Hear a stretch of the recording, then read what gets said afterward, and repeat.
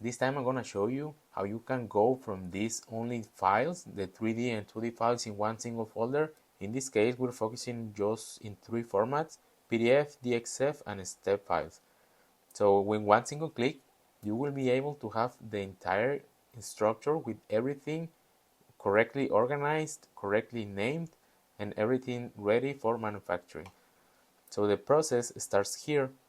This time we're not focusing on the design process itself, but just on the export side. So after the design process, we will have the export, and then it's gonna start swiping all the items, each one of them. After that, we're gonna see if the part is actually used in the project or is a different part that we don't care about. For example, if you have multiple parts from your customer, you don't want to process them because you're not going to fabricate them. They're just there as useful information in the assembly, but you don't actually need to process them any further. We're going to identify if it's a subassembly or if it's a part, because we want to treat the both different type of files different. If this is a subassembly, we can either skip it or we're going to have to see how your process is actually going on and build always around your current process. After that, we're going to start with the exporting files. In this case, PDF is our first process. We're going to have to see if the actual drawing exists. If it doesn't exist, we have to make a new process for non-existing drawing.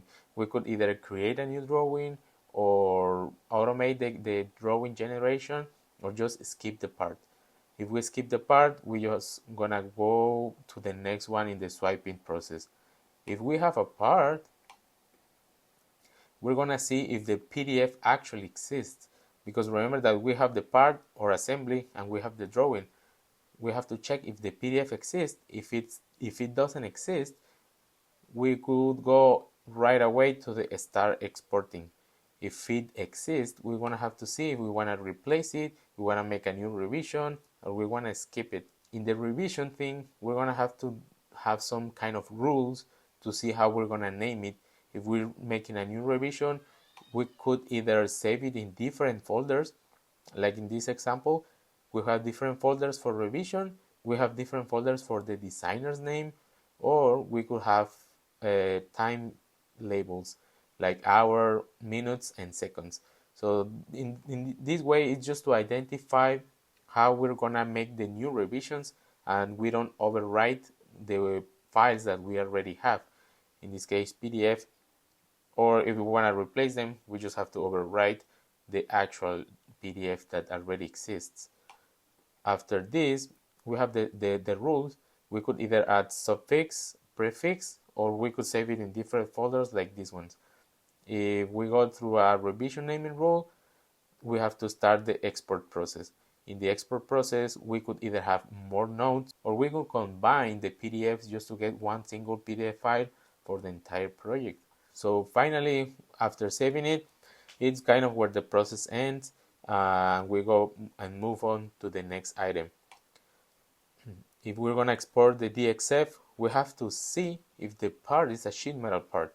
If it's not a sheet metal part, we could either skip it or process it in a different way. Sometimes we have, I don't know, files that you know that they are sheet metal, but you didn't use the sheet metal processing. So you don't have sheet metal features, but it's a sheet metal. So if it happens, we will have to make a different process in here or just skip it. If this is a sheet metal with sheet metal properties, we're gonna see if the DXF exists. If it doesn't exist, it's gonna go straight to the export process. If it does exist, we're gonna see we're gonna replace it, make a new revision, and we go again with the revision naming rules. We could add the same comments as the previous one. We could have different rules, or we could have the same for all the exports. If we start the export thing, we're gonna specify the folder. If we look at the example that we have here, we have different materials and we have different raw materials. In this case, we are selecting the gauge because sometimes you could either laser cut in-house, so you have to have your packet for 10 gauge sheet metal ready to start cutting. or you want to have your 12 gauge ready to start cutting. So everything is correctly organized in the folder. In this case, we have different materials. We have aluminum and we have stainless steel.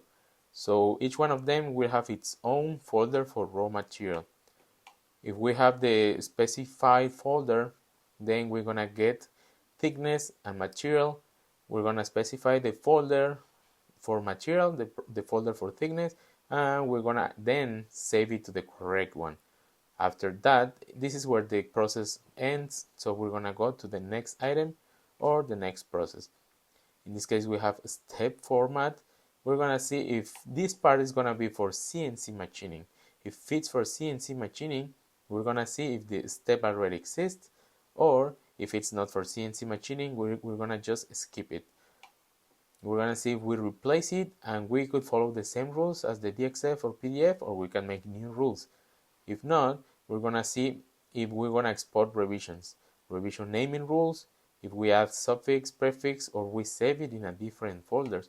In this case, we have the specification for the folder assigned with material and raw dimensions. If we go to the structure, we have in this case stainless steel. And out of stainless steel, we have round bars and we have flat bars. And in each one of these type of raw materials, we will have it in different dimensions. For round bar, we have parts for 1 inch diameter and 2 inch diameter. For flat bar, let's say that we have two different thickness, 1/2 inch and 3/4 inch. One it's gonna be saved in each one of them depending on our material specification. Remember that all of this is gonna be happening automatically. So we need to specify all the rules before we start the automation of the process. That's why this is about, because you're gonna take it, you're gonna modify it, and you're gonna adapt your current process to the actual automation. So after you have your steps, you have every one of them step by step what the automation is gonna be doing. You can go and move on to the automation thing. So you're gonna either program it by yourself, or you're gonna hire someone that could make your own program.